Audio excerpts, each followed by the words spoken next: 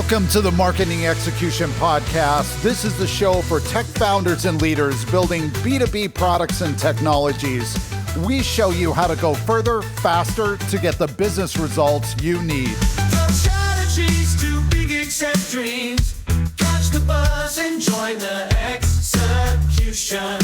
Marketing Convo.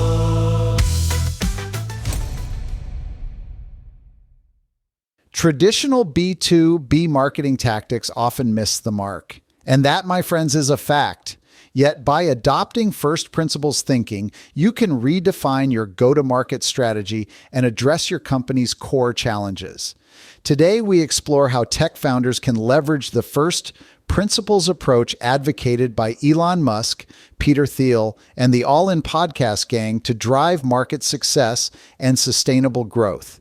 You will discover a robust framework for innovative positioning, including how to dissect customer needs, create tailored value propositions, and implement actionable strategies that deliver measurable outcomes. Drawing from my experience generating over $500 million in shareholder value for tech startups, let's delve into proven methods that have transformed companies like Stripe and Notion into industry leaders. Make sure to subscribe to the Marketing Execution Podcast for weekly insights that can elevate your startup's marketing game. Now join us as we dive into the subject of first principles in marketing with Tim and Lisa leading the discussion based on my mini book. Ever feel like you're just like drowning in marketing advice? You know, like it's all pop-ups and funnels and growth hacks, and it's just like, ugh.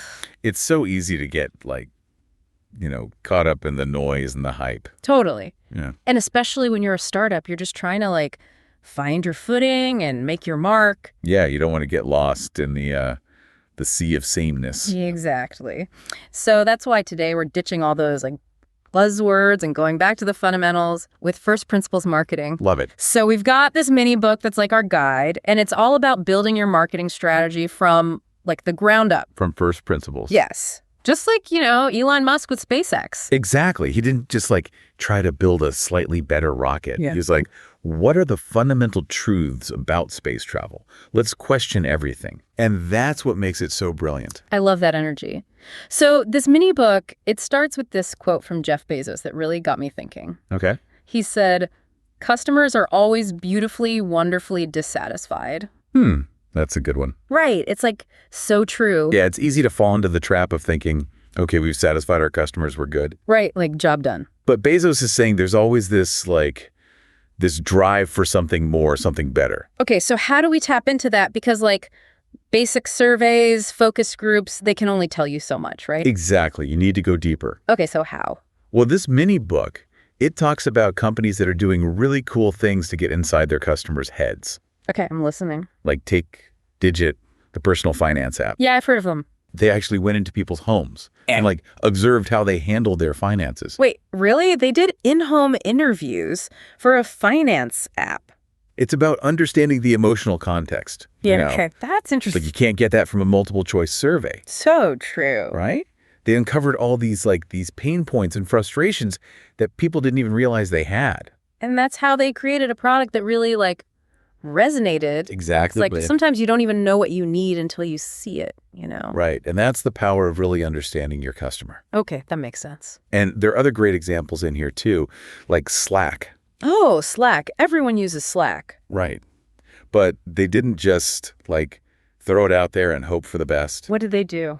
They did surveys, but they also went deeper, analyzing the responses to really understand what people were saying. Okay. And they realized that what people really needed was a way to communicate seamlessly, not just within their teams, but with external partners too. And that's how shared channels were born. Bingo. Yeah. They identified this unmet need, and they created a feature that completely changed the game. I love that. Right. And then there's Airbnb. Okay, what did they do? They did a lot of user testing, and they found something really interesting. Okay, tell me more.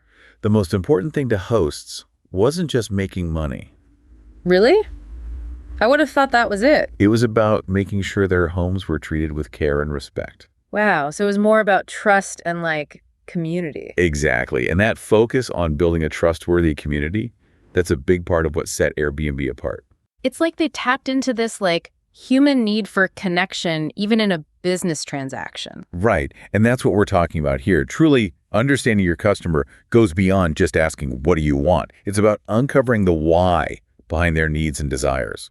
Okay, so we've got a deep understanding of our customers. We get their why. Now what? How do we actually translate that into like a product and a message that stand out? That is the million-dollar question, isn't it? And this mini book, it calls that value creation. Value creation, okay. It's about going beyond just solving a problem. It's about crafting a solution that's so good, so uniquely valuable that it resonates on a much deeper level. Okay, give me an example, because I'm a sucker for a good example. All right, how about Notion? Notion? Yeah, they've blown up recently. They totally get the struggle of knowledge workers, We're drowning in apps and tools. Oh, tell me about it. Right. And Notion, they tapped into that pain point brilliantly. Their whole minimalist design philosophy, the ability to customize your workflow, it's all about addressing that fragmentation head on. Instead of adding to the chaos, they brought order. Exactly. They didn't just create another tool. They created a whole new way of working. And their growth reflects that it's amazing. Right. They cracked the code. So we've got customer understanding, we're creating real value. Now, how do we get this amazing product out into the world? Yeah, because build it and they will come doesn't really work anymore, does it? Not so much. So what's the secret? Well, this mini book, it dives into some really powerful go-to-market strategies that have actually worked for successful startups. Give it to me. And it all starts with this. Let your product do the talking. Okay, I've heard that before. Is that like product-led growth? You got it. Companies like Slack, Dropbox, Calendly, they've all mastered this. Okay, but how? What's the secret sauce? Well, they offer a generous free tier so people can actually experience the value before they even think about paying. Makes sense. Let people try before they buy. Exactly, and it works. Like Calendly's CEO, Tope Awatona, he said they achieved 90% of their growth organically through this model. Wow, that's incredible. So it's about giving people a taste, letting the product speak for itself. Exactly. It's a testament to building something so good it practically sells itself. But it's not just about offering something for free. Right. It's about strategically designing that free tier to showcase the value that'll make people want more. Okay, that's smart. So you've got people interested, they're trying the product. But how do you make sure they actually convert into paying customers? Yeah, that's the million-dollar question, right? Exactly. And this is where the mini book talks about optimized funnels. Optimized funnels. Okay, that sounds a little bit intimidating. It might sound technical, but it's really just about understanding the customer journey. Okay, so like from the moment they hear about your product to the moment they make a purchase. Exactly. And companies that are good at this, they're meticulous about testing every single step of that process. So it's not about finding some magic formula. Not at all. It's about constantly experimenting and refining. So always be testing. Always be testing. Yeah, they're constantly looking for ways to reduce friction, make it easier for people to move through the funnel. So like less about a magic bullet and more about, just constant improvement, constant tweaking. Precisely. And the mini book gives this great example with Clearbit. It's this B2B intelligence platform. Okay, yeah. I've heard of them. So they actually managed to increase their funnel conversion rate from 15% to over 50%. Wow, seriously, that's huge. Yeah. And they did it just by making these small data-driven improvements over time.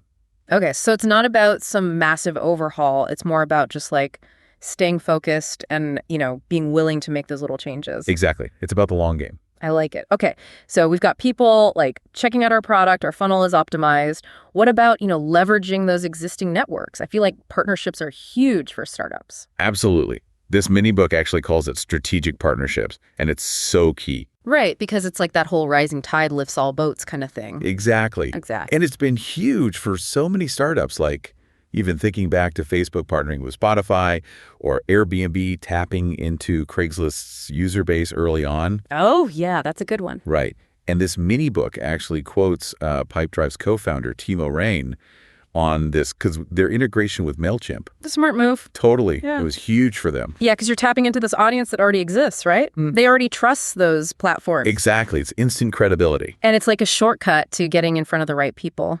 100%. Yeah. And it's not just about reach. It's also about finding partners that really align with, your values and your target audience. Right. It's got to be a good fit. Exactly. Yeah. The synergy is so important. Makes total sense. Okay, so we've got the product trial happening, the funnel's good, we've got partnerships going. What about good old-fashioned content marketing? Is that still a thing? Content marketing is definitely not dead. If anything, it's more important than ever Okay, good to know. because it's all about becoming that trusted resource for your audience. And this mini book actually uses HubSpot as the gold standard. Oh, yeah. HubSpot, they're like the kings of inbound marketing. Right. They get it. And their stuff is everywhere. Their blog posts, their ebooks, their videos, they're killing it. They understood that their audience, which is mainly SMBs, they were hungry for information about digital marketing, about sales. So instead of hitting them with ads, they were just like, here's some actually useful stuff. Exactly. They were like, we're going to help you. We're going to be the experts. Which builds trust, right? Huge. Yeah. And it's paid off massively for them. Okay, so content marketing. It's about the long game, building relationships, and, like we said, providing value. Nailed it. Now, this mini book also mentions something called account-based marketing, especially for B2B. Okay, account-based marketing. Is that about, instead of trying to reach everyone, you're really focused on just, a few really high-value accounts? You got it. It's about quality over quantity. I like it. Get specific. Exactly. And they use this company, Drift, as an example, which is a sales and marketing platform. Okay, and what do they do? So they decided to go all in on account-based marketing. Okay. They identified something like 200 high-value target accounts. Yeah. And they created these hyper-personalized campaigns, Right. for each one. Wow, that's commitment. So did it work? It totally did. They saw a 33% increase in sales opportunities from those targeted accounts. Dang. Okay, so when you really put in the effort to, understand the company, tailor the approach, it makes a difference. Huge difference. It's the opposite of sending out those generic cold emails that nobody wants to read. Ugh, the worst. Okay, so we've covered product-led growth. We talked about optimizing those funnels, strategic partnerships, content marketing, now account-based marketing.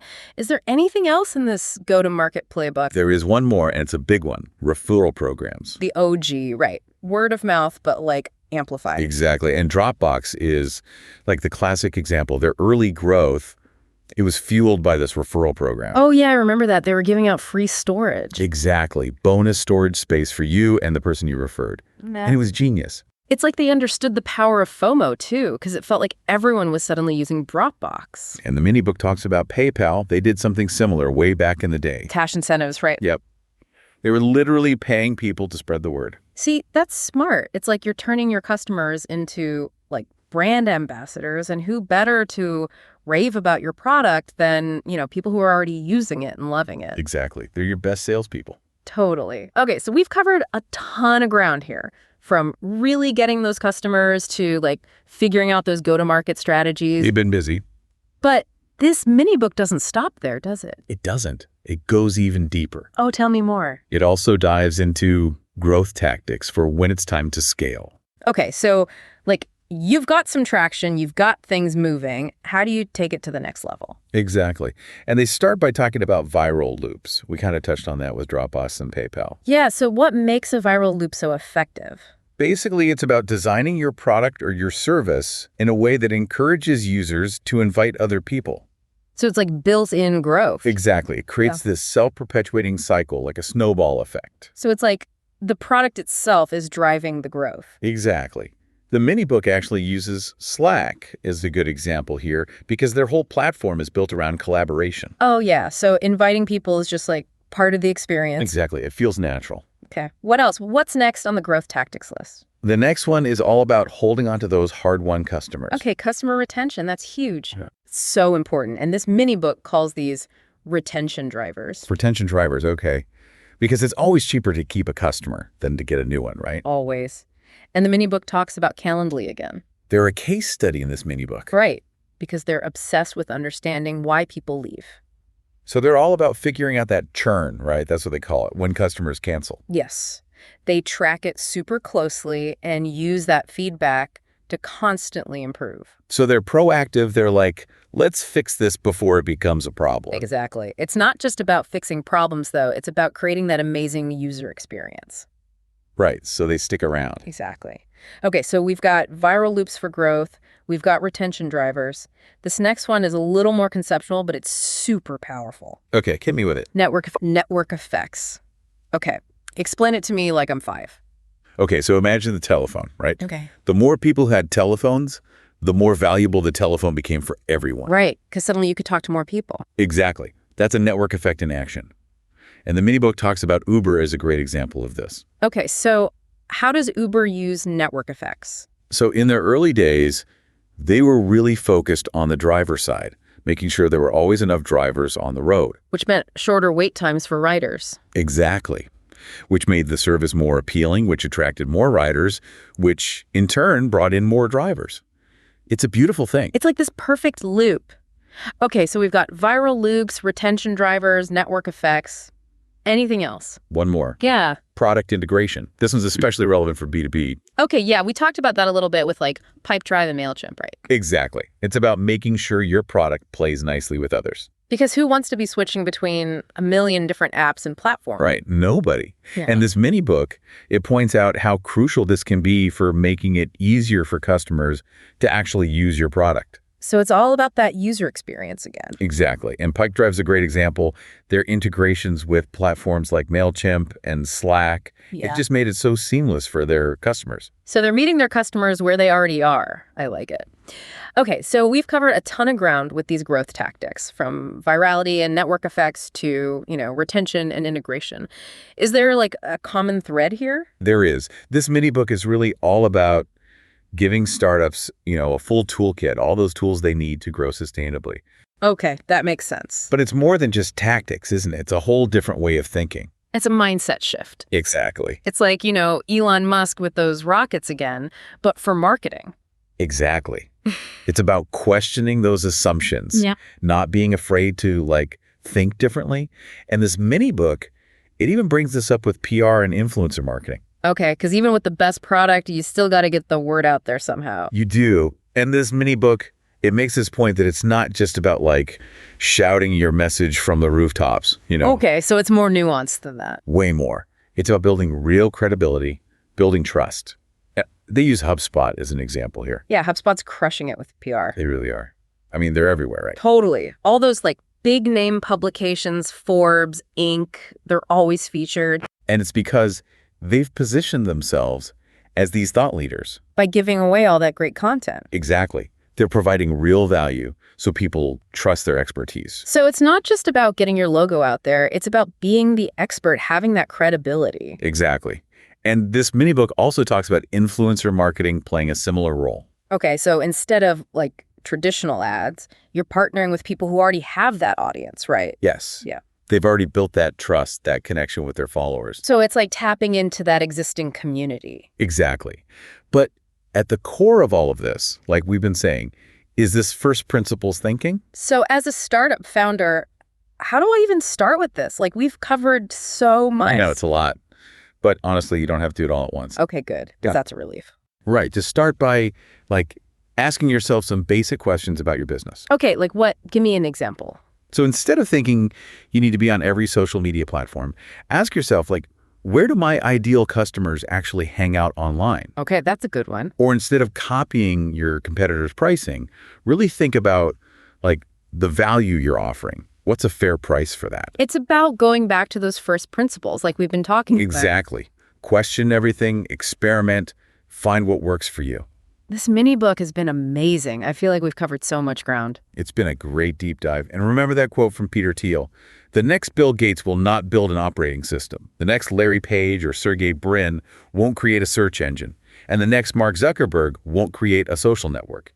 If you are copying these guys, you aren't learning from them. So good. It's like a reminder that real innovation comes from, blazing your own trail. Exactly. Don't be afraid to be different. I love that. This has been awesome. Thank you so much for joining me today and for sharing all of your insights. My pleasure. Always fun to geek out on this stuff. Totally. All right, to all our listeners out there, thanks for tuning in. And remember, first principles marketing, it's not just a strategy, it's a mindset. Embrace it. Yeah. Until next time.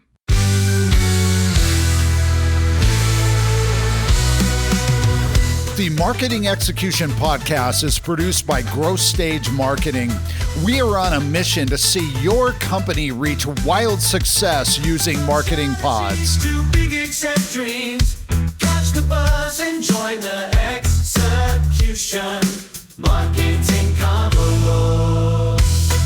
Thank you for listening and being a part of the marketing execution movement and community. To learn how growth stage marketing clients reach more buyers and drive business impact, go to growthstage.marketing. That's growthstage.marketing.